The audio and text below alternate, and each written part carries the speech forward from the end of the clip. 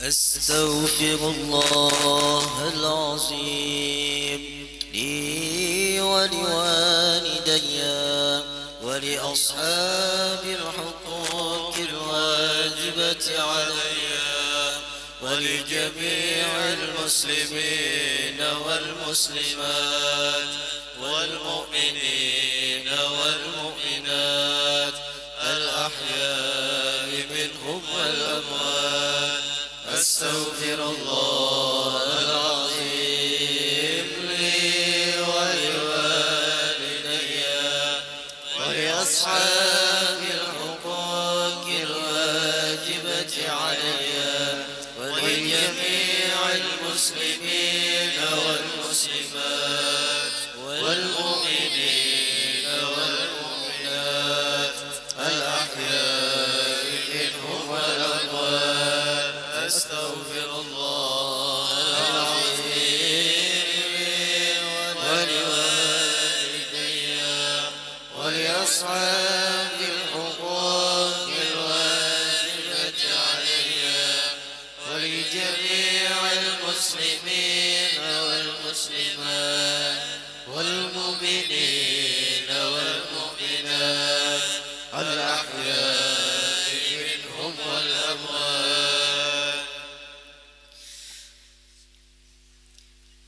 فيا أيها الراجون منه شفاعة صلوا عليه وسلموا تسليما. اللهم صل وسلم وبارك عليه وعلى آله. ويا أيها المشتاقون إلى رؤيا جماله صلوا عليه وسلموا تسليما. اللهم صل وسلم وبارك عليه وعلى آله. ويا من يخطب يصاله يقظته ومناما صلوا عليه وسلموا تسليما.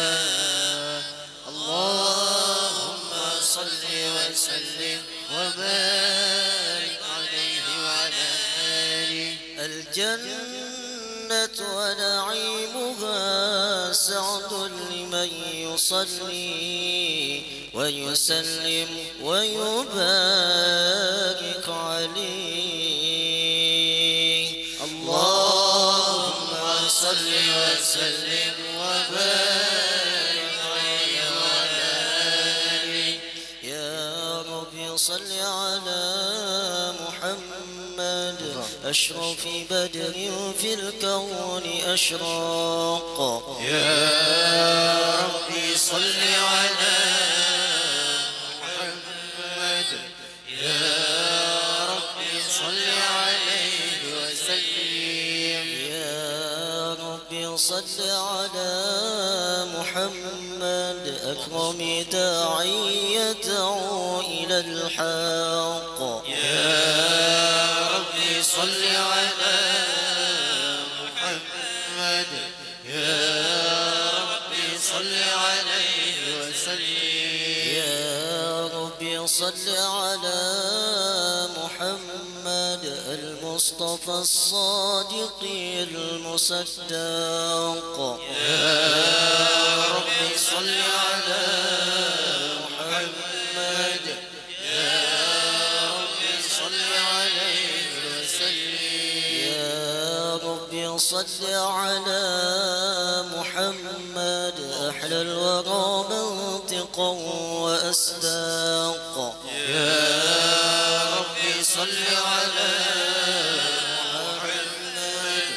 يا ربي صل عليه وسلم. يا رب صل على محمد أفضل من بالتقى تحقق. يا ربي صل على محمد. يا ربي صل على محمد من بالسخاء والوفاء تخلق. يا ربي صل على محمد يا ربي صل عليه وسلم. يا ربي صل على محمد واجمع من الشمل ما تفرق. يا ربي صل على محمد يا ربي صل عليه وسلم. يا ربي صل على محمد وأصلح وسهل ما قد تعوق. يا ربي صل على محمد يا ربي صل عليه وسلم. يا ربي صل على محمد وافتح من الخير كل مغلاق. يا ربي صل على محمد يا ربي صل عليه وسلم. يا ربي صل على محمد وآله ومن بالنبي تعلق. يا ربي صل على محمد يا ربي صل عليه وسلم. يا ربي صل على محمد وآله ومن للحبيب يعشاق. يا ربي صل على محمد يا ربي صل عليه وسلم. يا ربي صل على محمد ومن بحبل النبي توثاق. يا ربي صل على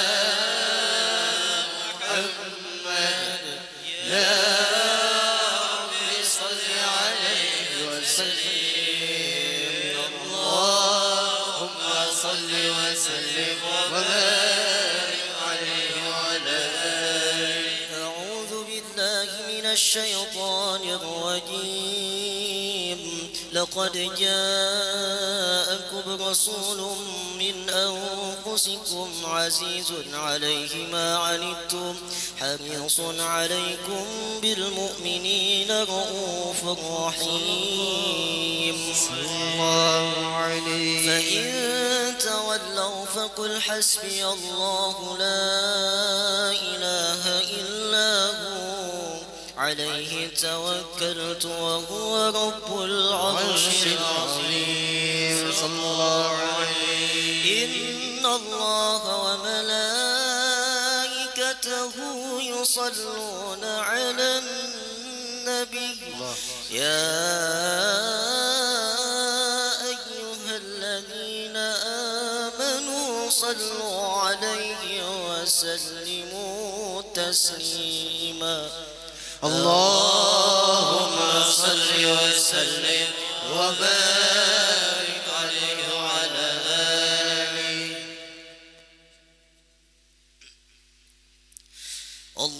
اللهم احشرنا في زمرة أبي الفيل التجاني وأمتنا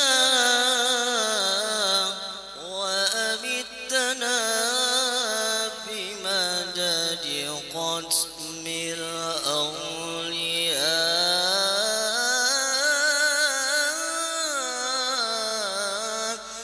الكتمان.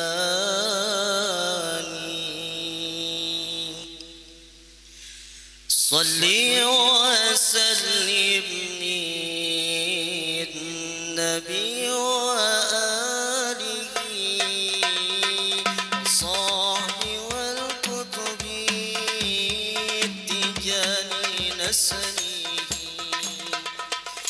حمدا لذي الجلال والإكرام خاصنا بسيد الأنام خاصنا بسيد الأنام صل وسلم للنبي وآله والصحب والقطب تجاني نسري حمدا لذي الجلال والإكرام وخاصنا بسيد الأنام وخاصنا بسيد الأنام محمد صفوات رسل الله عليه والآل صلاة الله وبالصلاة الفاتح الذي سمى كل العبادات وسرها حرام صل وسلم للنبي وآله والصحب والقطب تجاني نسري حمدا لذي الجلال والإكرام خاصنا بسيد الأنام خاصنا بسيد الأنام وبالآب الفيض التجاني أحمد ممت من مضى ومن أتى غدا وظب على ذكري صلاة الفاتح بآدب يأتي كخير فاتح صل وسلم للنبي وآله والصحب والقطب تجاني نسري حمدا لذي الجلال والإكرام إذ خاصنا بسيد الأنام خاصنا بسيد الأنام بفتح والأنوار والأسرار بأسرار من لمحة الأبصار افتح بها خزائن الأسرار اختم بها مراتب الأبرار صل وسلم للنبي وآله والصحب والقطب تجاني نسري حمدا لذي الجلال والإكرام خاصنا بسيد الأنام خاصنا بسيد الأنام هدية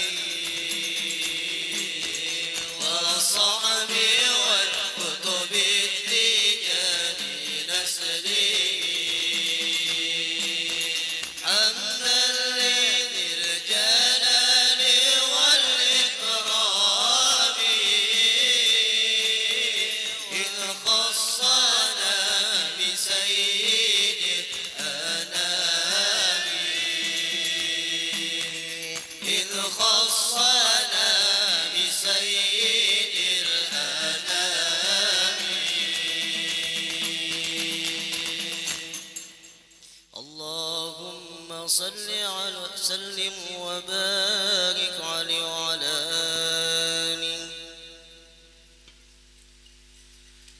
اللهم صل وسلم وبارك عليه وعلى آله. بسم الله الرحمن الرحيم. الحمد لله القوي سلطانه، الواضح برهانه، المبسوط في الوجود كرمه وإحسانه، تعالى مجده وعظم شانه. خلق الخلق لحكمة وطوى عليها علمه، وبسط لهم من فائض المنة ما جرت به في أقداره القسمة. فأرسل إليهم أشرف خلقه وأعجل عبيده رحمة، تعلقت إرادته الأزلية بخلق هذا العبد المحبوب، فانتشرت آثار شرفه في عوالم الشهادة والغيوب. فما أجل هذا المن الذي تكرم به المنان، وما أعظم هذا الفضل الذي برز من هضرة الإحسان. صورة كاملة ظهرت في هيكل محمود، تعطرت بوجودها أكناف الوجود، وطرزت برد العوالم بطراز التكريم. اللهم صل وسلم أشرف الصلاة والتسليم على سيدنا ونبينا محمد الرؤوف الرحيم. اللهم صل وسلم وبارك عليه وعلى آله.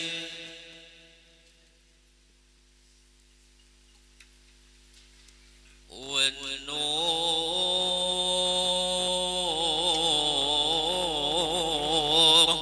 يهدي الحائرين ضياؤه، هو النور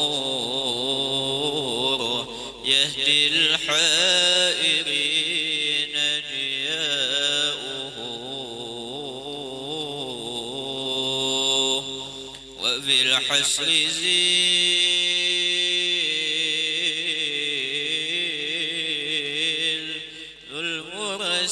المرسلين لواؤه،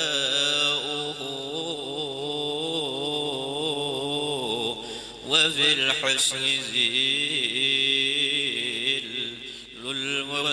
المرسلين لواؤه.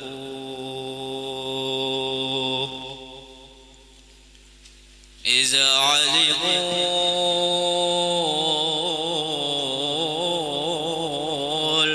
العشاق دائي فقل لهم فإن لقاء أحباب قلبي دواؤه.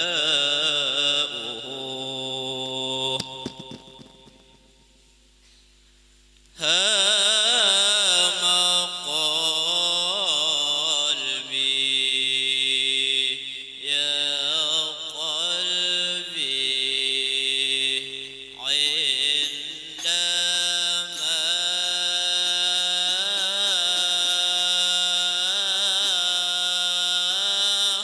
عندما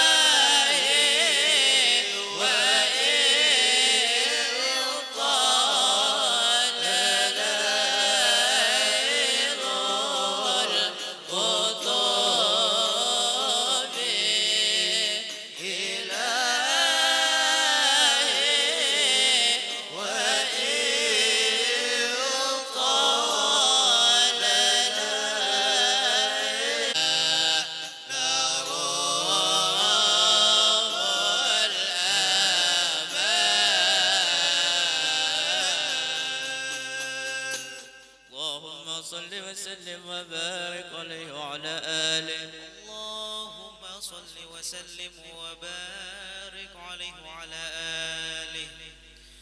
فحين قرب أوان وطئ هذا الحبيب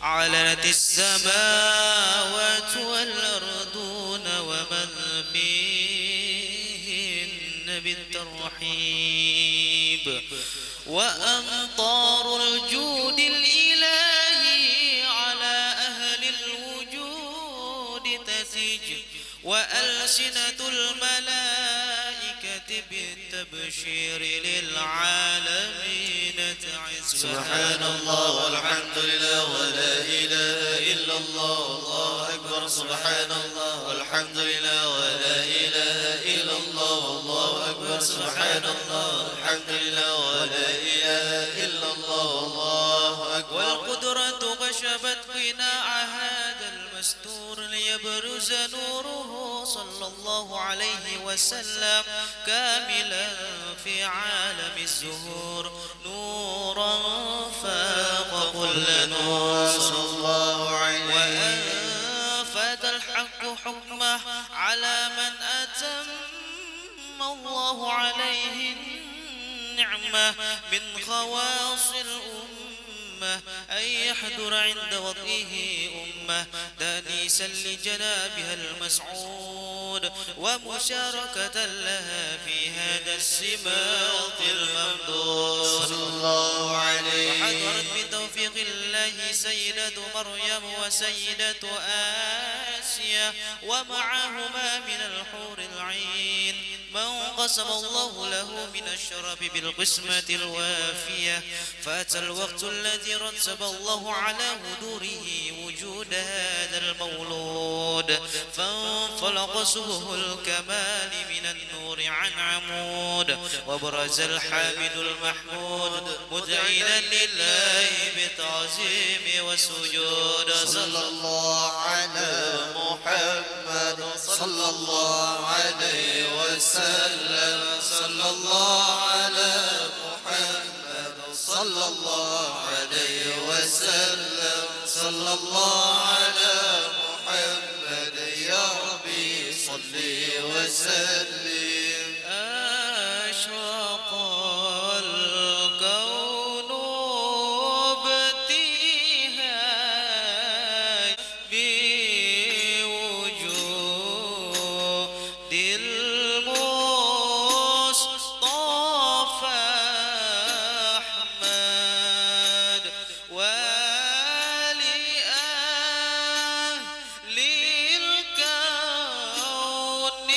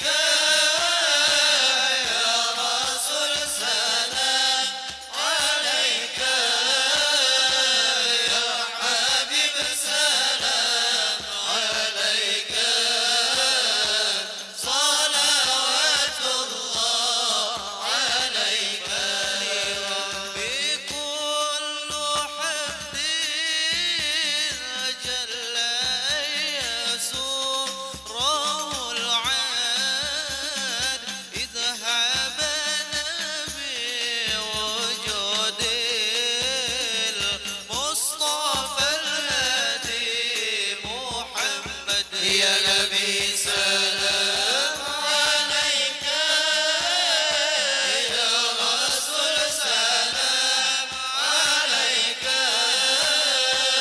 يا حبيب سلام عليك صلوات الله عليك يا رسول الله أهلا مرحبا بك إنا بك نسعد مرحبا يا مرحبا مرحبا يا نور العين مرحبا مرحبا جد الحسين مرحبا يا مرحبا وبجاه يا إلهي مرحبا جود وبال لكل مقصد مرحبا مرحبا مرحبا مرحبا يا نور عيني مرحبا يا مرحبا جد الحسين مرحبا مرحبا يا مرحبا واهدنا نهج سبيله مرحبا كي به نسعد ونرشد مرحبا مرحبا مرحبا مرحبا يا نور عيني مرحبا يا مرحبا جد الحسين مرحبا مرحبا يا مرحبا ربي فاغفر لي ذنوبي يا الله ببركات الهادي محمد يا الله ربي فاغفر لي ذنوبي يا الله ببركات الهادي محمد يا الله وصلاة الله تغشى يا الله أشرف الرسل محمد يا الله ربي فاغفر لي ذنوبي يا الله ببركات الهادي محمد يا الله وسلام مستمر يا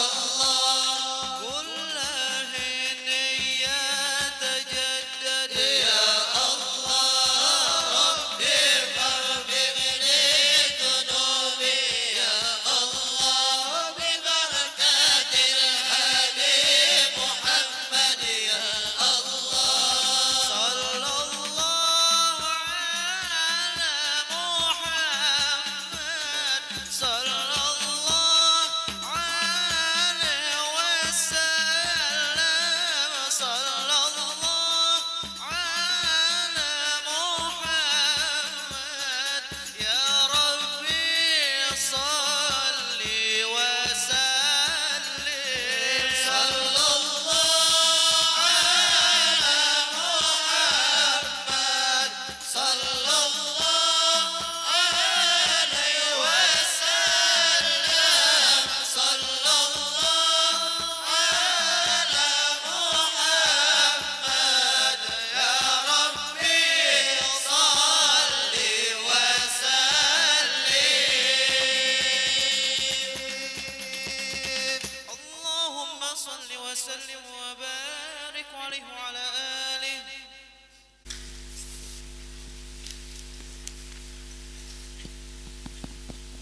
بسم الله الرحمن الرحيم Assalamualaikum warahmatullahi wabarakatuh. Alhamdulillahilladzi ja'ala suluka tariqi ahli wilayatihi muniyatal muridis sadiqi fi iradatihi wattamassuki bi ahdil a'immati ad-dallina ala sabili ta'atihi bughyatal mustafidil badhili fi manasahati maulah juhda istita'atihi نحمده سبحانه وتعالى أن أشرق في قلب المريد من أنوار الإخلاص في بدايته ما تهيأ به لورود مقامة الاختصاص في نهايته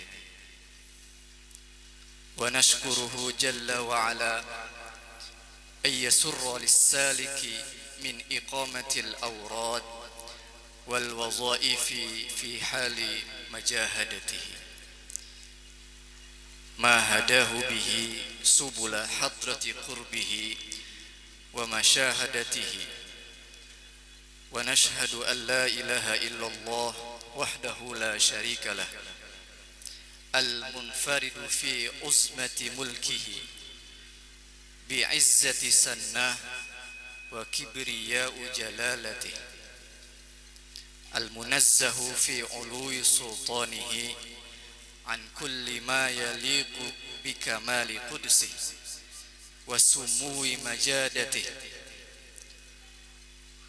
ونشهد أن سيدنا ومولانا محمدا عبده ورسوله إمام حضرة جبروته الذي جعل مبايعته عين مبايعته ومظهر أسرار ملكه وملكوته الذي أدرج طاعته في طاعته صلى الله عليه وسلم وعلى آله الأطهار المخصوصين من الشرف الأنام بغاية غايته وعلى صحابته الأبرار المتبوئين بحسن صحبته وكمال التبليغ عنه أعلى الدرجات من مقامة وراثته صلاة وسلاما تندرج بسببهما في سلك من بشر من الله تعالى بالمحبة والغفران من أهل متابعته وننال ببركتهما أكبر الرضوان في دار جزائه وكرامته أما بعد. Yang sama-sama kita muliakan tamu agung kita, yang sama-sama kita muliakan tamu terhormat kita yang datang dari Aljazair. Ahlan wa sahlan wa marhaban ya Syekh bihudurikum wa ziyaratikum ala hadzal makan. Yakni ulun boleh sebutkan nama-nama beliau.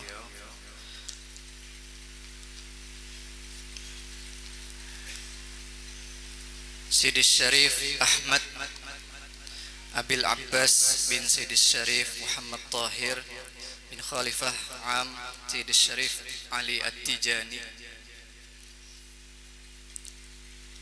Al-Mukarram Sidi Syarif Ali bin Sidi Syarif Mahmud Ibn Khalifah Am Sidi Syarif Ali At-Tijani. Mudah-mudahan dengan kehadiran beliau-beliau kita mendapatkan limpahan barakah, limpahan rahmah dari Allah Subhanahu wa taala. Kemudian yang ulun muliakan, yang ulun hormati tuan guru kita Kiai Al-Haj Abdus Somad. Mudah-mudahan Allah memberkahi segala dakwah beliau, Allah sehatkan beliau, Allah panjangkan umur beliau sehingga kita bisa lebih banyak mendapatkan ilmu-ilmu agama dari beliau. Amin ya rabbal alamin. Yang ulun hormati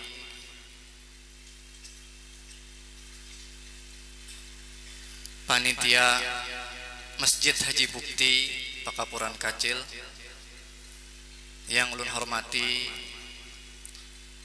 para alim ulama, tokoh masyarakat, buhan-buhan pian berataan yang sekiranya bersedia hadir menjemput rahmat dan barakah pada malam ini. Jazakumullah khairal jaza.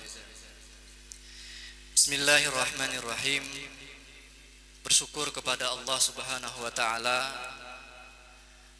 atas kesempatan yang diberikan sehingga pada malam hari ini kita dapat berkumpul bersama, menyimak, mendengarkan bersama tausiyah mau'izah al-hasanah dari tamu terhormat kita yang mudah-mudahan menjadi jalan kita ilal jannah. Amin. Salawat dan salam selalu tercurahkan kepada baginda Nabi Muhammad sallallahu alaihi wasallam yang membawa kita dari gelapnya kebodohan menuju terang benderang keilmuan. Pada para sahabat, tabi'in dan tabi'ut tabi'in ila yaumil qiyamah. Hadirin jamaah Masjid Haji Bukti yang dimuliakan Allah Subhanahu wa taala. Sebelum kita masuk kepada inti acara untuk mengambil keberkahan, marilah kita dengarkan lantunan ayat suci Al-Quran yang akan dibawakan oleh saudara kita Al-Mukarram Ustaz Dzulkifli. Fal waktu iya, fadhal. Assalamualaikum warahmatullahi wabarakatuh.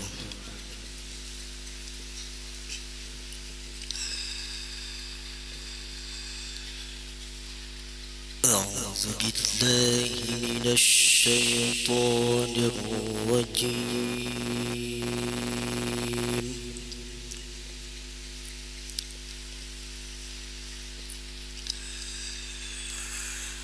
Bismillahirrahmanirrahim.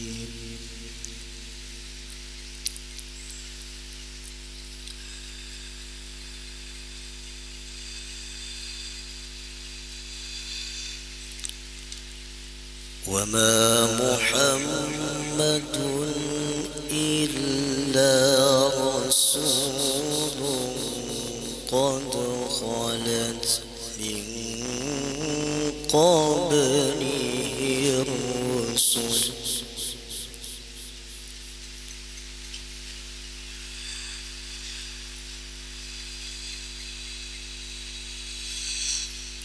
أفإن مات أو قتل انقلبتم على أعقابكم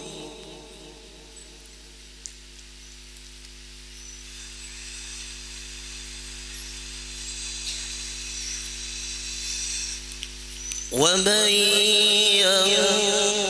ينقلب على عقبيه فلن يضر الله شيئا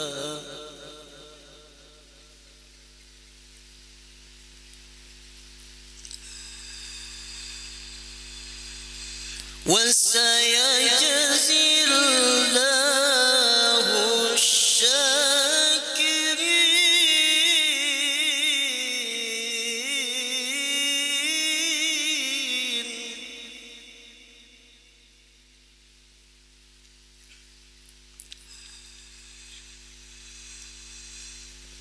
وما كان لنفس أن تموت إلا بإذن الله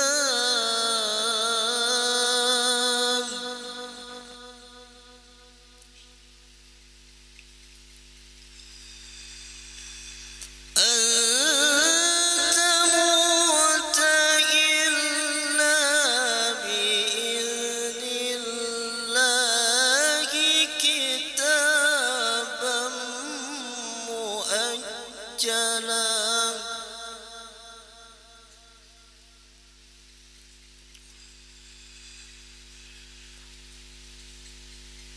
ومن يرد ثواب الدنيا نؤته منها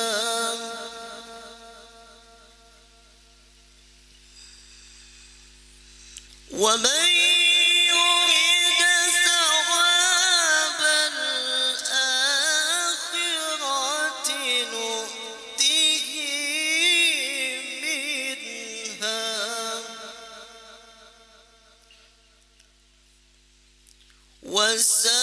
وسنجزي الشاكرين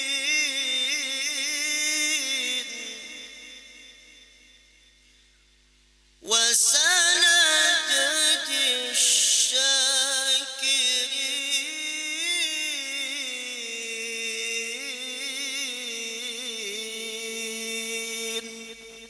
صدق الله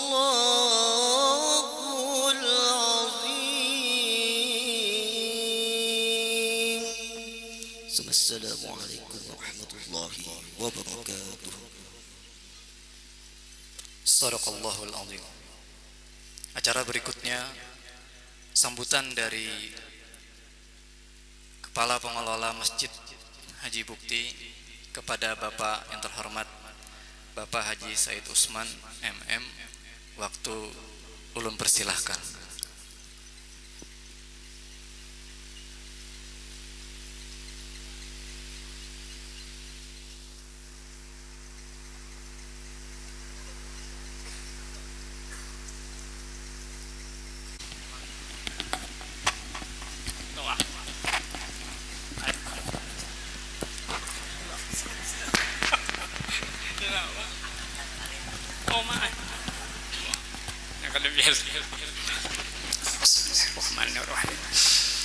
Assalamualaikum warahmatullahi wabarakatuh.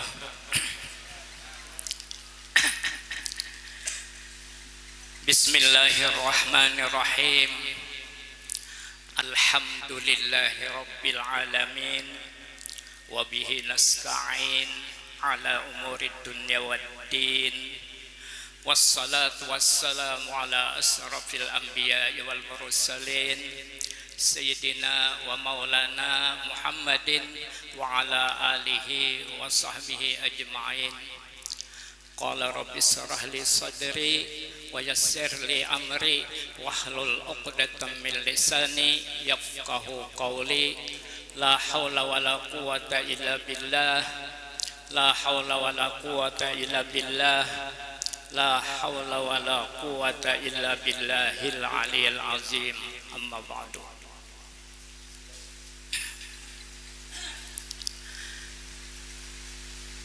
Terima kasih kepada pimpinan acara yang telah memberikan kesempatan kepada kita untuk menyampaikan sepatah dua patah kata atas nama panitia pelaksana.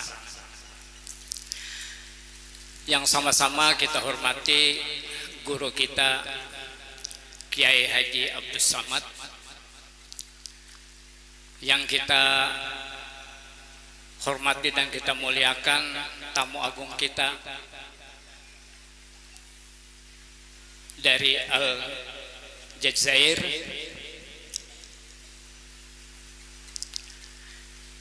yang kami hormati Bapak Camat atau yang mewakili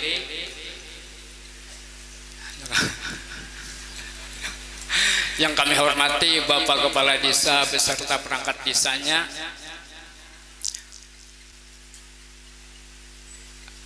yang kita muliakan alim ulama dan guru-guru agama,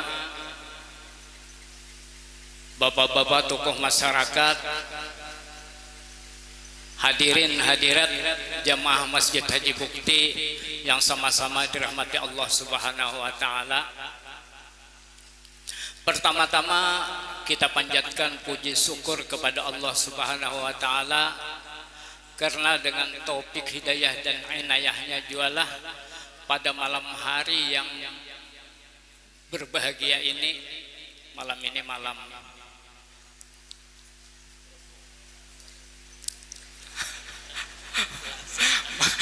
Selasa, siangnya pas takana apa tarawiyah. Nah, jadi malam tarawiyah. Sudah kita ketahui bersama pada akhir-akhir bulan Zulhijjah, 10 Zulhijjah ini mulai tanggal 1 sampai 9 10 lah. Amal ibadah kita selalu diberikan ganjaran yang berlipat ganda. Amin. Kemudian tak lupa pula salawat dan salam kita sampaikan, semoga tetap terlimpah curahkan kehadirat junjungan alam, tauladan umat manusia, rahmat bagi seluruh alam, baginda Nabi kita yaitu Nabi Muhammad sallallahu alaihi wasallam. Semoga kita semua mendapat syafaatnya di yaumil akhir nanti. Amin. Allahumma amin. Kemudian tak lupa pula kami mengucapkan selamat datang dan terima kasih kepada tamu kita dan kepada guru kita yang telah berkenan untuk memberikan nasihat-nasihat agama kepada kita semua, terutama nantinya akan disampaikan oleh tamu kita dari Aljazair, yaitu nama beliau yaitu Syarif Ahmad Abil Abbas bin Syarif Muhammad Tahir. Nama di antara dua yang di tengah kah? Yang di tengah. Yang kedua yaitu Syarif Ali, yang Syarif Ali bin Khalifah Am Syarif Ali At-Tijani.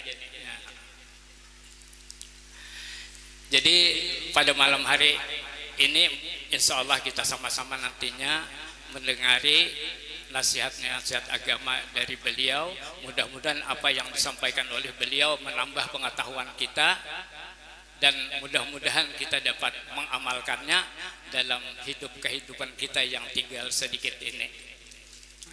Kemudian di samping itu juga kami mengucapkan terima kasih atas kehadiran bapak-bapak dan saudara-saudara, ibu-ibu juga di belakang, ibu-ibu banyak. Jadi kepada ibu-ibu kami mengucapkan banyak terima kasih yang sedalam-dalamnya. Kepada bapak-bapak kami ucapkan terima kasih yang sebesar-besarnya. Kemudian kepada kekawanan kami mengucapkan banyak terima kasih atas bantuannya yang telah berkenan, terutama kepada masyarakat kita, jamaah kita yang telah memberikan sumbangannya, baik berupa keuangan, berupa apalagi tenaga, pemikiran, sehingga dapatlah terlaksananya acara yang kita laksanakan pada malam hari ini. Nah, berkat kerjasama kita, ya dadakan juga kami. Jadi oleh sebab itu, seandainya ada di dalam pelaksanaan ini kekurangan ataupun yang kurang nyaman dirasa, didengar dan lain sebagainya, kami mohon maaf yang sebesar-besarnya. karena demikianlah kemampuan yang ada pada kami. Dan kami mengucapkan atas bantuannya, kami ucapkan banyak terima kasih. Semoga Allah Subhanahu wa taala memberikan ganjaran yang berlipat ganda. Amin ya rabbal alamin. Kira-kira hanya demikian yang dapat kami sampaikan. Atas kekurangan dan kehilafannya kami ucapkan banyak terima kasih. Kami mengharapkan kepada bapak-bapak dan saudara-saudara semuanya, marilah kita sama-sama mendengari ceramah yang akan diberikan atau disampaikan oleh tamu kita utamanya. Mudah-mudahan kita menambah ilmu pengetahuan kita, serta mudah-mudahan kita dapat untuk melaksanakan atau mengerjakannya untuk kebahagiaan kita di dunia dan di akhirat. Amin ya rabbal alamin. Kemudian salah khilaf sekali lagi mohon dimaafkan. Wabillahi taufik wal hidayah. Wassalamualaikum warahmatullahi wabarakatuh. Atas sambutannya. Acara berikutnya tausiah. Marilah kita bersama-sama menyimak, mendengarkan, dan berniat untuk mengamalkan apa yang akan disampaikan oleh para tuan guru kita. Untuk ini ulun persilahkan kepada tuan guru tercinta Kiai Haji Abdul Somad untuk memandu agenda ini. Silakan Ustaz.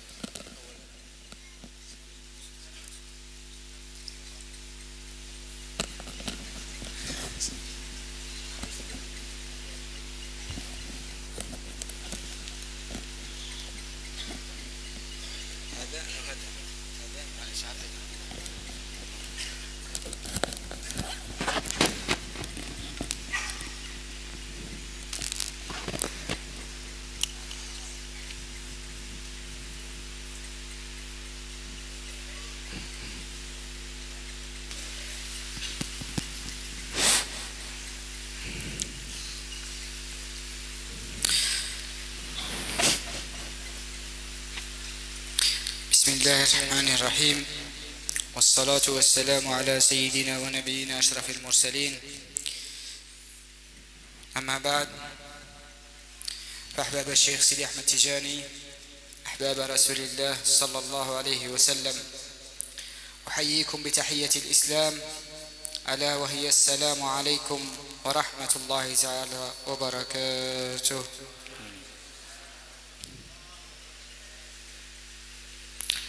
باجتماعنا في هذا اليوم المبارك وبحضور إخوان ومحبين ومحبات، اجتماعنا على ذكر الله ورسوله واجتماعنا في بيت من بيوت الله عز وجل. أسأل من الله أن تكون مغفرة وأجر وثواب عظيم عند الله عز وجل. أما بعد، اجتماعنا اليوم هو اجتماع على تعريف الطريقة التيجانية. الطريقة التيجانية هي طريقة رسول الله صلى الله عليه وسلم، هي الحبل الذي يربط بينك وبين رسول الله صلى الله عليه وسلم. وهذه الطريقة سميت بثلاثة: طريقة العلم، وطريقة الآداب والأخلاق، وطريقة الورد. فبهذا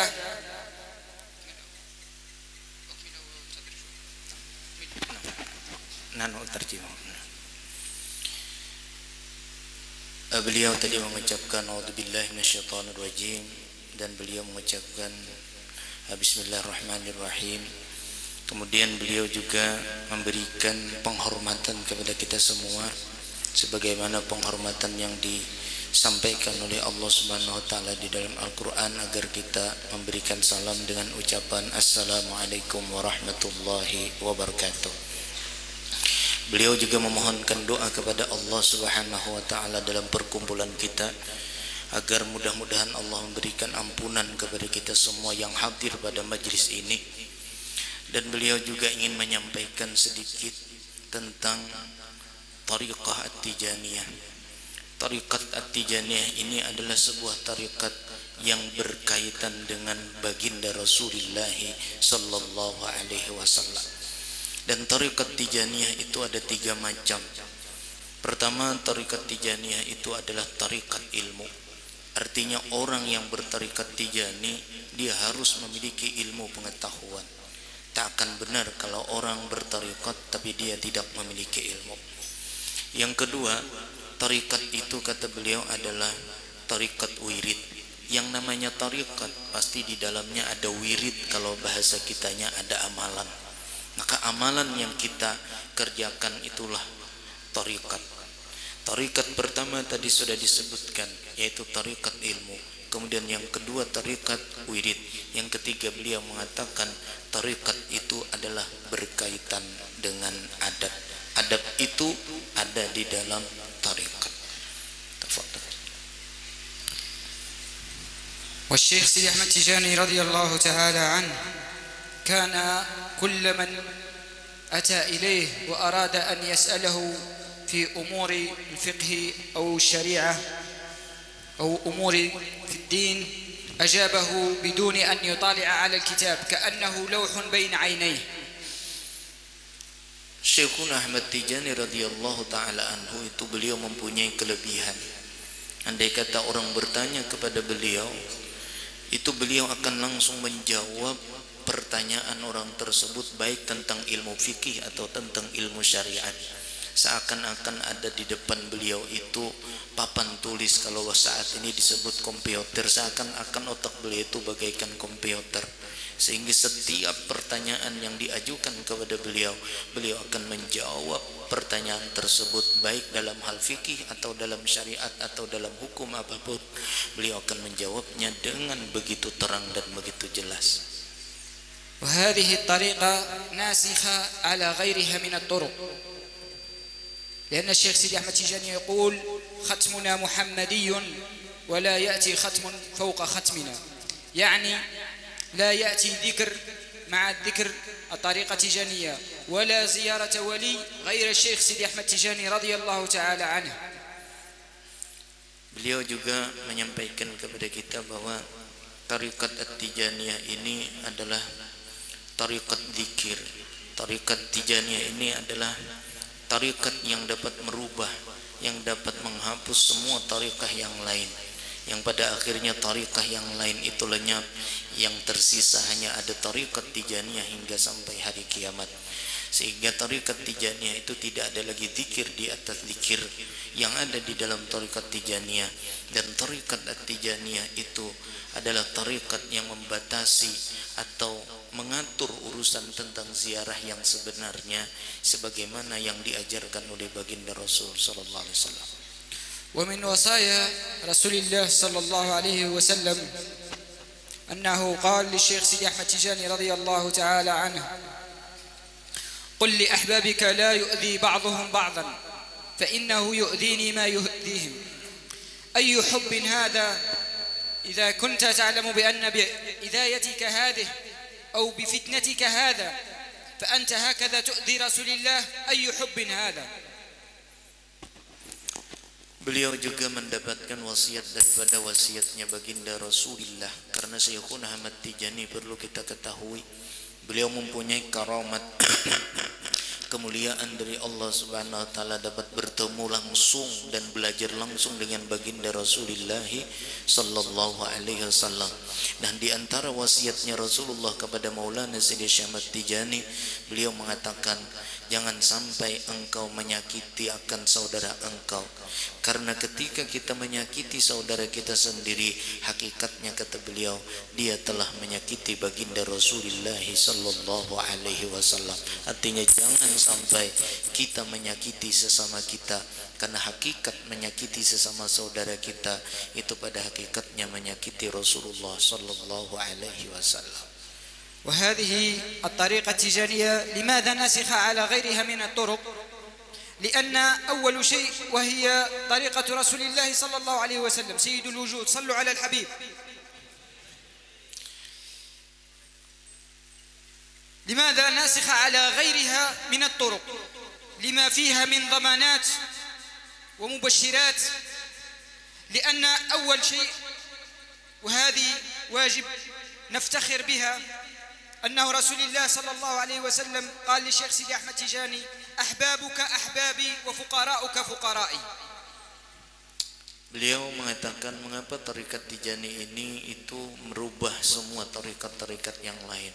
Tidak lain karena tarikat Tijani ini adalah tarikatnya Rasulullah.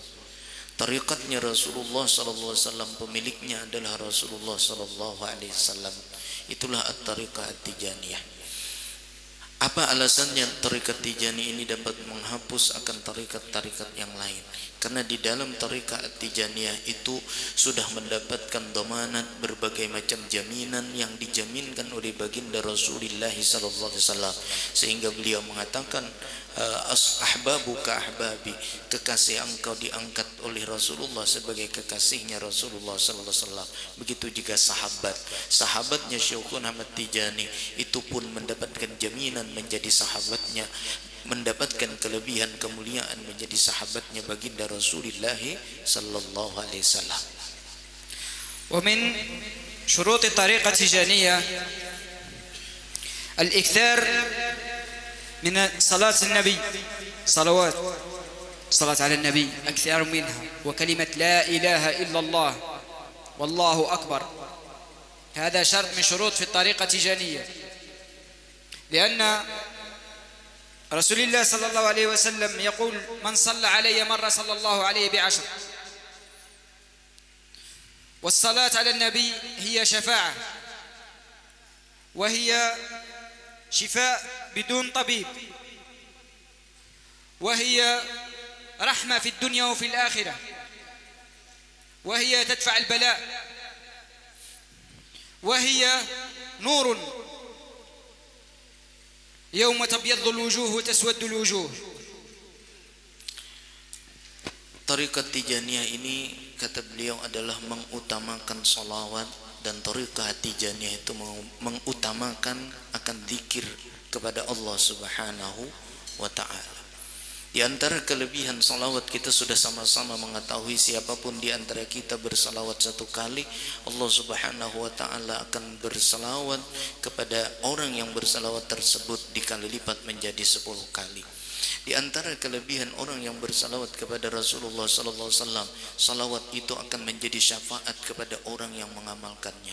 Di antara kelebihan salawat kepada seseorang, salawat itu menjadi obat penyakit bagi dirinya, sehingga andai kata kita ada memiliki penyakit, maka salawat akan menjadi obat bagi dirinya. Salawat itu pula, kata beliau, adalah menjadi cahaya pada ketika yauma tabyaddu wujuhu wa taswaddu wujuh, ketika ada yang putih wajahnya, ada yang hitam wajahnya.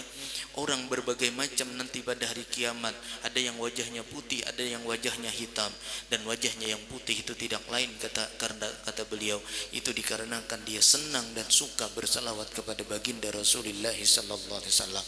Dan banyak lagi yang tadi beliau sampaikan tentang berbagai macam kelebihan salawat tersebut, sehingga salawat itu menjadi syafaat bagi umat Nabi Muhammad sallallahu alaihi wasallam, dan itu ada di dalam tariqah At-Tijaniyah yang dibaca menjadi kewajiban sehari-hari bagi mereka, pagi dan sore, siang dan malam. وعلينا أن نعلم بأن في الورد أي الوظيفة والهيللة رسول الله حاضر، الشيخ سيدي أحمد تيجاني حاضر، وما اجتمع جماعة يذكرون الله إلا وقد حفتهم الملائكة. Kemudian beliau mengatakan ketika orang berwirid, karena di dalam tarikat Tijaniyah itu Bapak Ibu hadirin, itu ada yang disebut wazifah. Wazifah itu kalau bahasa kita rutinitas amalan kita sehari-hari. Kita harus memiliki amaliyah. Kita sering duduk sudah di majelis taklim, tapi kadang-kadang kita tak punya amalan. Kita banyak punya guru, aku belajar di sana, punya guru di sana, tapi sampai saat ini tidak pernah ada punya wirid. Nah, di dalam tarikat Tijaniyah itu ada wirid namanya wazifah. Dan wazifah tersebut, salah satu kelebihan wazifah yang dijaminkan oleh baginda Rasulullah, bahwa Rasulullah pasti hadir di tempat orang yang saat ini membaca wazifah tersebut. Sehingga Ketika kita berada di tempat ini, hadir baginda Rasulullah sallallahu alaihi wasallam, hadir sahabatnya Rasulullah Sayyidina Abu Bakar, Umar, Uthman dan Ali, hadir juga Syekhuna At-Tijani beserta 70.000 malaikat saat kita membaca wazifah. Alangkah luar biasanya kelebihan orang yang berwazifah. Mana ada amalan yang lebih daripada itu, kecuali amalan yang paling mulia adalah ketika kita berwirid. Di situ hadir baginda Rasulullah, di situ hadir para sahabat, di situ hadir walinya Allah Ta'ala, di situ hadir 70.000 malaikat beserta setiap orang daripada orang yang membaca wazifah tersebut. ومن شروط الطريقة التيجانية وهي المحافظة على الصلاة جماعة 5 صلوات المحافظة عليهم لأن الصلاة هي التي تربط العبد بالملك وتارك الصلاة كافر وهذه ليس كلامي أنا بل كلام كل العلماء تارك الصلاة كافر لأن الصلاة هي التي تربط بينك وبين الملك بينك وبين الله عز وجل الصلاة عبادة فإذا تركتها خلاص لأن الصلاة هي عماد الدين وتارك الصلاة كافر وشرط من شروط في الطريقة التيجانية الصلاة جماعة ليس فقط يوم الجمعة كلنا في المساجد لا كل يوم الصلاة تكون جماعة صلاة جماعة لما فيها من فضل لو علمتم أجر صلاة لأتيتموها تحبوا أتعلم الذين توفوا الآن ماذا يتمنون لو رجعت بهم الدنيا يعني شوي في الوراء ماذا يتمنون لا يتمنون فلوس أو يتمنوا بيوت يسجدوا سجدة واحدة لماذا؟ لأنهم عرفوا قيمة الصلاة يتمنوا دقيقة واحدة فقط ترجع بهم الدنيا ويسجد سجدة الذي أنت تعلمها وتراها لكن تتكاسل عليها. Jadi di antara syarat di dalam orang ingin masuk menjadi muridnya Syekhuna At-Tijani di dalam At-Tariqah Tijaniyah adalah al-muhafazatu ala salawati fil jamaah, yaitu sembahyang 5 waktu diusahakan semaksimal mungkin kita itu berjamaah. Jangan sampai kita tidak berjamaah. Sehingga sepakat para ulama, orang yang meninggalkan sembahyang, orang yang meninggalkan sembahyang itu dihukumkan sebagai orang yang kafir. Dan sembahyang berjemaah itu kata beliau bukan 1 kali dalam 1 minggu, yaitu pada hari Jumat saja berjemaah penuh orangnya. Harusnya berjemaah setiap waktu, setiap hari, fi kulli yaum, berjemaah setiap hari. Harusnya kita isi berjemaah, dan itu menjadi syarat ketika orang masuk ke dalam tariqah At-Tijaniyah. Dan di antara kata beliau yang paling dicita-citakan oleh orang yang sudah wafat, andai kata itu orang yang ada di dalam kubur, orang yang sudah wafat kemudian dihidupkan oleh Allah, apa yang paling mereka cita-citakan? Tidak lain, andai mereka diberikan waktu untuk hidup di dalam dunia, walau hanya 1 menit, yang mereka minta kepada Allah, berikan aku waktu walau hanya 1 kali sujud kepadamu, walau hanya 1 kali sujud. Tidak ada permintaan orang-orang yang mati ketika ia dihidupkan kecuali ia diizinkan untuk sujud kepada Allah Subhanahu wa ta'ala sekalipun sekali. Kenapa? Karena orang yang sudah wafat, orang yang sudah mati, mereka sangat mengetahui bahwa ia tidak ada lagi sesuatu yang mereka perlukan. Harta sudah tidak mereka perlukan, jabatan mereka sudah tidak perlukan, karena mereka mengetahui ketika mereka masuk di alam kubur yang mereka perlukan adalah sujud kepada Allah Subhanahu wa ta'ala. Dan itu adalah menjadi syarat di dalam tariqat At-Tijaniyah radhiyallahu ta'ala anha. اسمع أيها الحبيب، في يوم تصاوب أمير المؤمنين، فلما تصاوب أغمي عليه، يعني دخل في غيبوبة. فلما دخل في غيبوبة بدأوا الصحابة خائفين على سيدنا عمر، فأتوا إلى ابنه سيدنا عبد الله فقالوا بأنه يعني خلاص أغمي عليه، يعني الآن هو بين الحياة أو الموت. فقال اذهبوا عند أبي وقولوا الصلاة الصلاة يا أمير المؤمنين، وهو سوف يقوم. فلما ذهبوا عند سيدنا عمر وقالوا الصلاة الصلاة يا أمير المؤمنين، وإذا بسيدنا عمر يقوم ويسأل هل صلوا؟ هل صلوا؟ يسأل 3 مرات. آخر ما قاله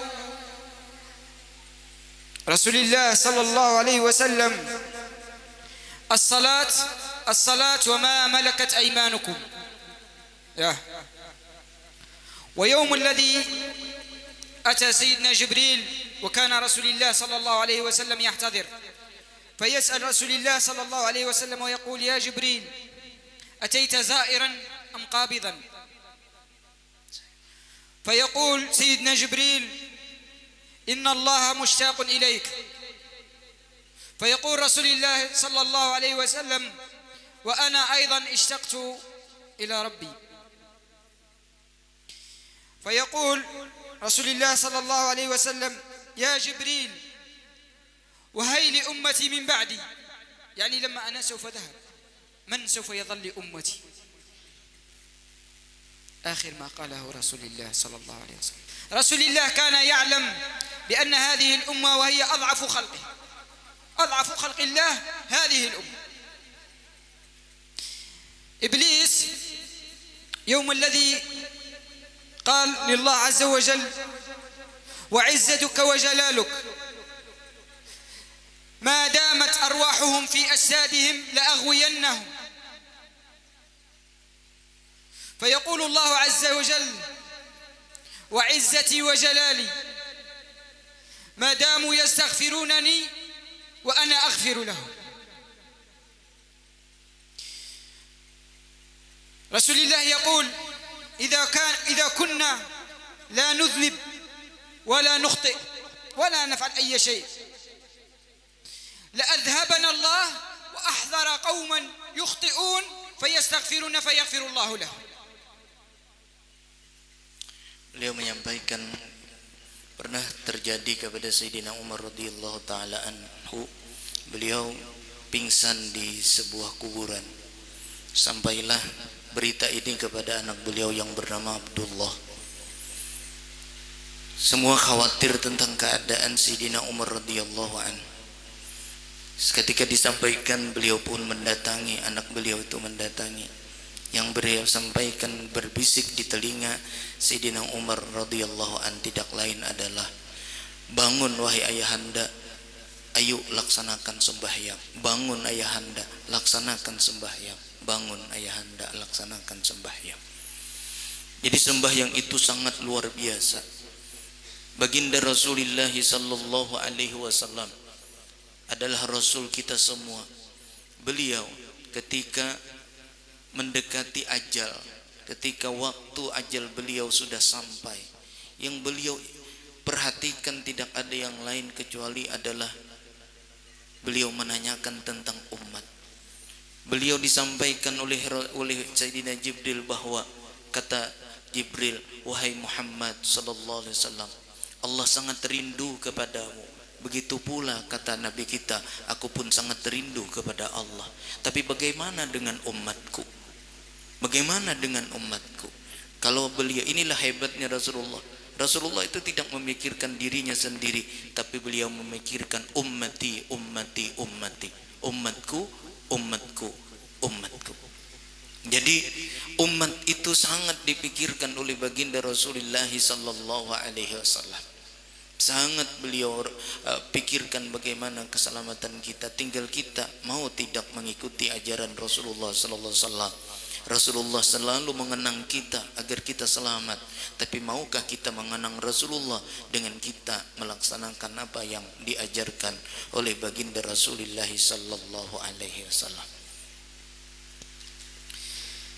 اسمع أيها الحبيب ماذا يقول الله عز وجل: أنا عند حسن ظن عبدي بي، إذا ذكرني في نفسه ذكرته في نفسي، وإذا ذكرني في ملأ ذكرته في ملأ أفضل منه، فإذا تقرب إلي شبرا تقربت إليه ذراعا، وإذا تقرب إلي ذراعا تقربت إليه باعا، وإذا أتاني يمشي أتيته هرولا. Beliau menyampaikan salah satu hadis qudsi dari Allah Subhanahu wa taala yang disampaikan kepada Rasulullah, dan Rasulullah menyampaikan kepada kita, ana inda zanni abdi bi. Artinya, aku menurut sangka hambaku dengan aku.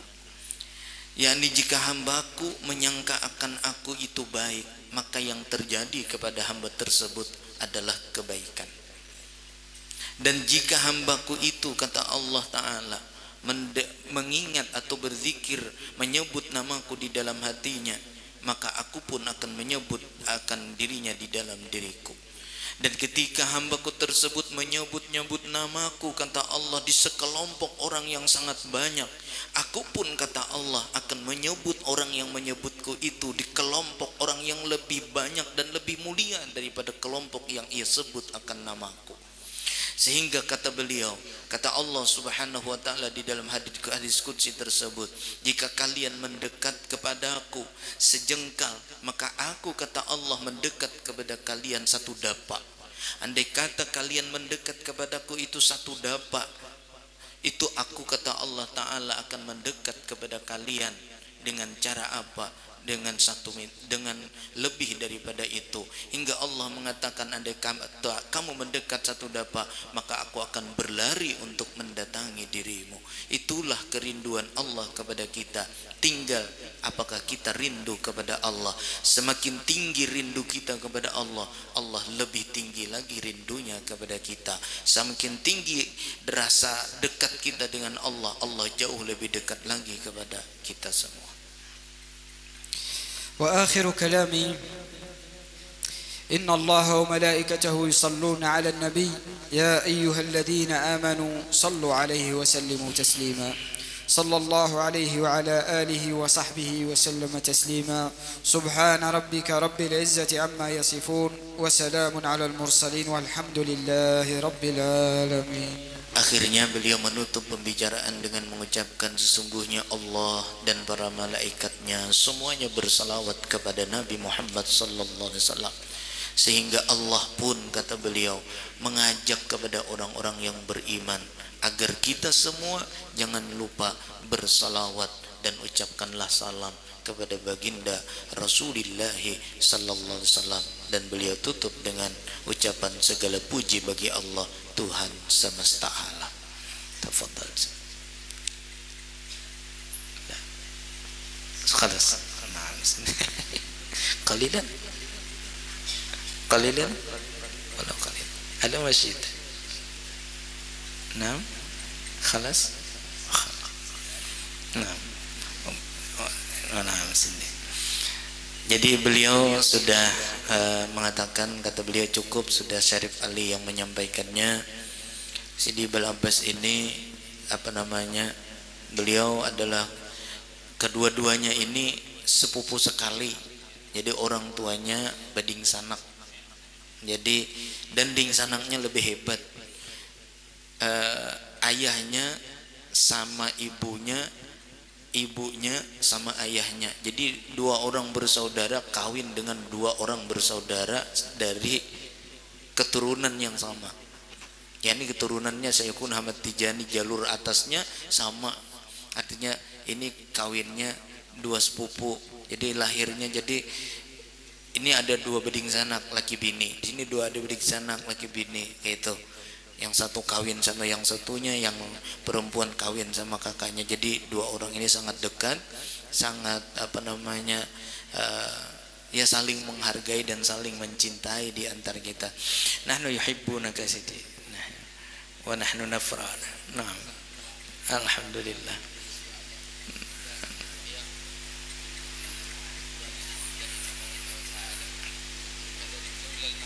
Nah, oh, masya Allah.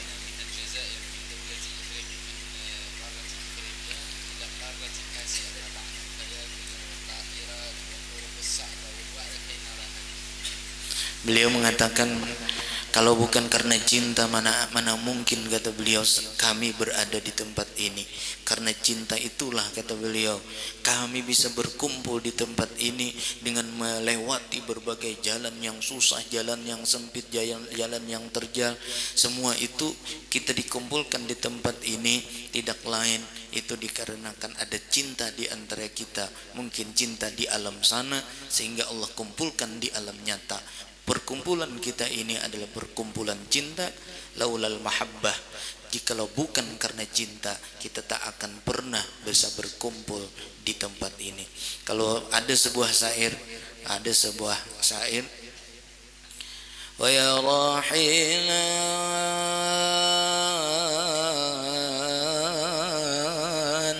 balligh habibi risalatan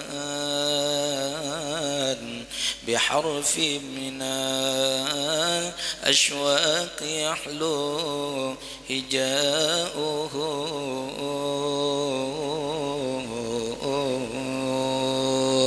هو النور يهدي الحائرين ضياؤه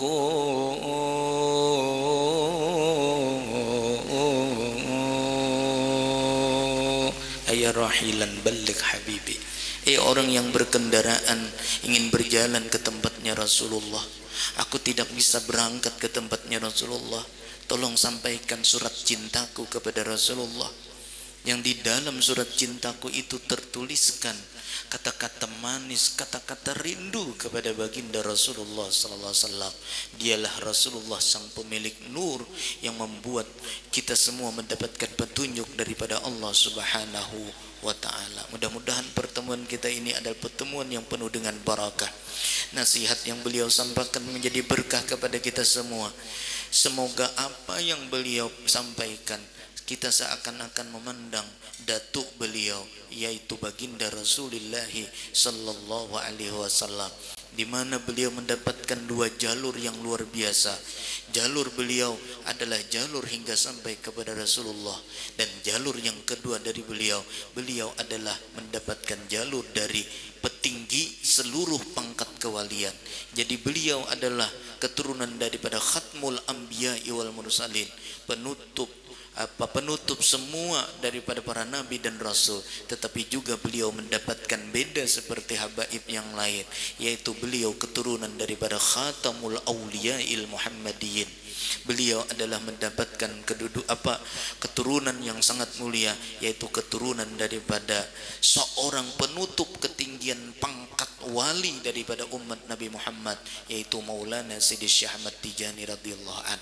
Dan Maulana Sayyidi Syekh Ahmad Tijani, beliaulah yang berpangkat yang tersebut di dalam kitab Jami'u Karamatil Auliya di Sayyidi Syekh Yusuf bin Ismail An-Nabhani. Di situ dituliskan oleh Syekh Muhyiddin Ibnul Arabi tentang bagaimana pangkat dan martabat khatamul auliya, seperti disebutkan dzukira fi kitab Jami'u Karamatil Auliya wa dzukira fi kitab Anqa'u Maghrib fi Syamsil Ghurub. Nah, jadi luar biasa. Jadi beliau ini itu luar biasa. Jadi Syekh Ahmad Tijani radhiyallahu taala anhu itu, beliau ini mendapatkan dua sisi kemuliaan. Satu sisi kemuliaan beliau adalah terlahir daripada sebuah emas permata daripada Rasulullah sallallahu alaihi wasallam, dan beliau juga terlahir daripada sebuah emas dan permata yang terlahir dari seorang wali yang berpangkat khatamul auliya. Satu khatamul anbiya, yang satunya adalah khatamul aulia. Jadi seakan-akan kita memandang nur di atas nur itu, kita melihat cahaya yang luar biasa ada di depan kita, dan cintailah mereka. Karena apa? Karena Rasulullah SAW mengatakan kepada Maulana Syekh Ahmad Tijani, ya Ahmad anta habibi wa kullu man ahabbaka habibi.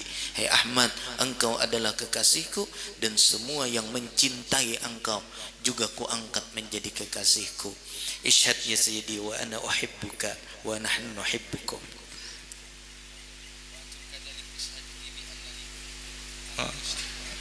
Masya Allah. Beliau mengatakan, ulun mengatakan kepada beliau, saksikan, kata ulun, bahwa kami menyaksikan sampian. Dan beliau mengatakan, sampaikan kepada sampian berataan bahwa kami, kata beliau, menyaksikan sampian berataan di hadapan Allah dan Rasulnya.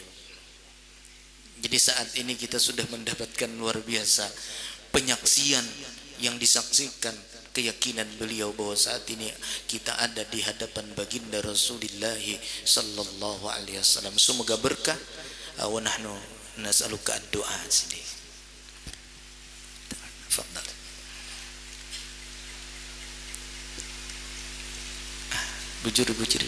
Bujuri. Tarik.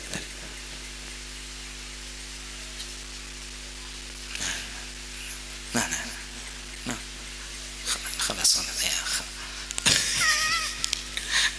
Amin.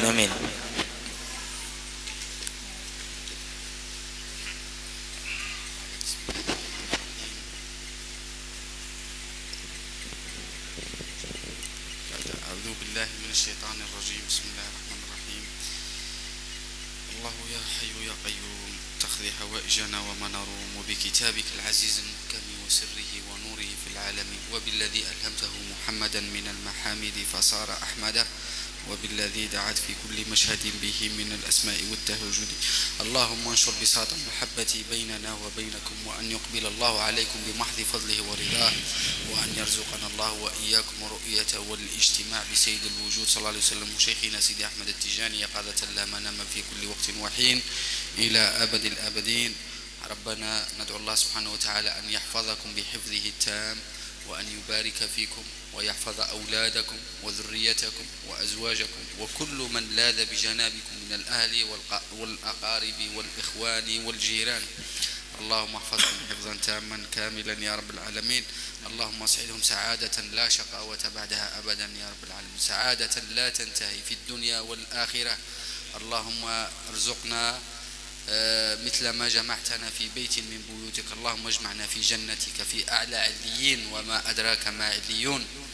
ندعو الله سبحانه وتعالى أن يرزقكم تمام الصحة والعافية والخير والبركة والحفظ من كل بلية، إنه ولي ذلك والقادر عليه.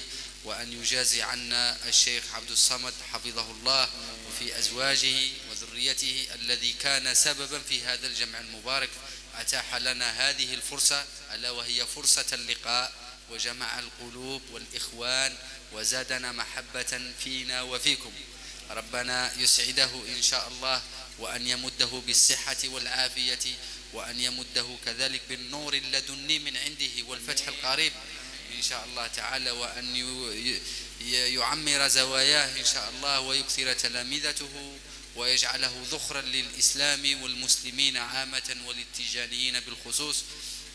وندعو الله سبحانه وتعالى أن يجعل على يديه الفتح والنصر، ويحفظ أولاده كذلك وزوجاته جزاهم الله خير، أكرمونا، وندعو الله أن يمدهم بموفور الصحة والعافية. وآخر دعوانا أن الحمد لله رب العالمين. Jadi tadi Sidin mendoakan kita berataan dengan doa yang cukup panjang, dan mudah-mudahan doa kita dikabulkan oleh Allah Subhanahu wa taala. Hanya ini yang bisa ulun terjemahkan yang menurut ulun ingat. Adapun ada yang ketinggalan, itulah kekurangan mampuan ulun untuk mengingat apa yang beliau sampaikan tadi. Intinya mudah-mudahan menjadi berkah kepada kita semua. Assalamualaikum warahmatullahi wabarakatuh. Bismillah. Perjumpaan kita pada hari ini mudah-mudahan apa yang kita simak dan kita dengarkan bersama-sama dapat kita amalkan semaksimal mungkin, dan kita doakan bersama-sama untuk kiranya keberkahan dan limpahan rahmat dengan sebab perjumpaan ini. Ulun selaku pembawa acara mohon maaf yang sebesar-besarnya jika dalam perkataan ulun ada kesalahan dan kebatilan. Ulun sekali lagi minta maaf dan terima kasih atas segala perhatian Tuhan pian. Assalamualaikum warahmatullahi wabarakatuh.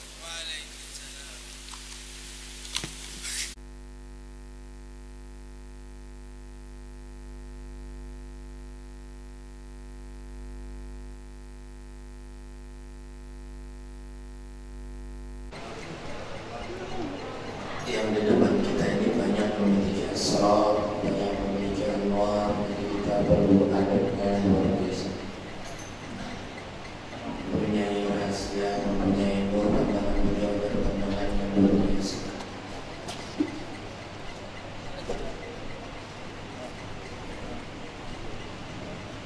Allahumma salli ala Muhammad, Allahumma salli alaihi wa sallim, Allahumma salli ala Muhammad, Allahumma salli alaihi wa sallim, Allahumma salli ala Muhammad, Allahumma salli alaihi wa sallim, Allahumma salli ala Muhammad, Allahumma salli alaihi wa sallim, Allahumma salli